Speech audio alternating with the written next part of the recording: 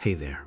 Can I ask you something gently? What if the thing you are worrying about never actually happens? Not because your fear is foolish, not because your concern is small, but because the mind has a way of turning possibility into something that feels already true. A conversation has not happened, yet you have already heard every painful sentence. A decision has not been made, yet you have already lived through the worst version of it. Tomorrow has not arrived, yet your body is carrying its weight as if it already has. That is one of the quietest ways worry takes from us. It makes us suffer in advance. It asks us to stand inside a future that may never come and to call that preparation. And I understand why we do it. Worry can feel responsible. It can feel like care. It can feel like if we think hard enough, plan enough, brace enough, then maybe life will not catch us off guard. But worry rarely gives back what it promises. It does not usually make us wiser. It usually makes us tired. One fear becomes another. One unanswered question opens the door to 5 more. The mind keeps reaching, convinced that one more thought will finally create safety. But certainty has never been something life owes us, and still, life keeps moving. If you look back honestly,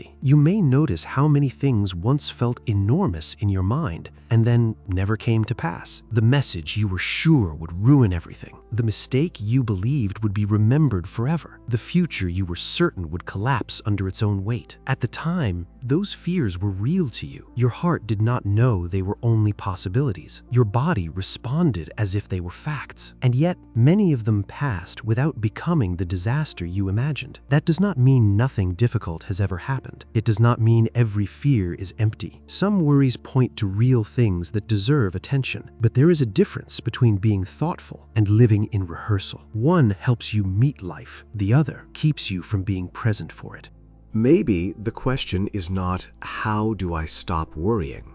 Maybe it is, has my worry started telling me a story that reality has not confirmed?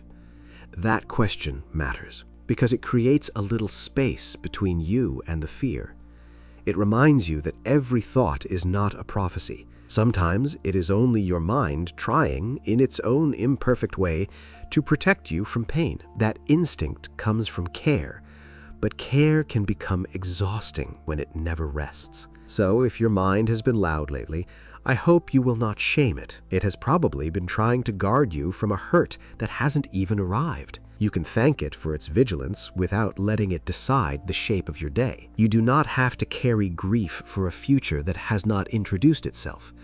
You do not have to mourn a loss that may never happen. There's a quiet strength in waiting for reality to speak before you answer it.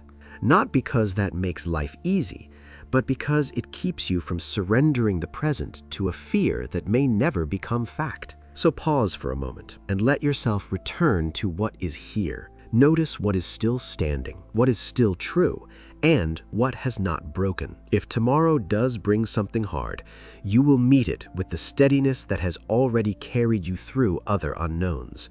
You do not need every answer to be held tonight. You only need enough ground to stand on.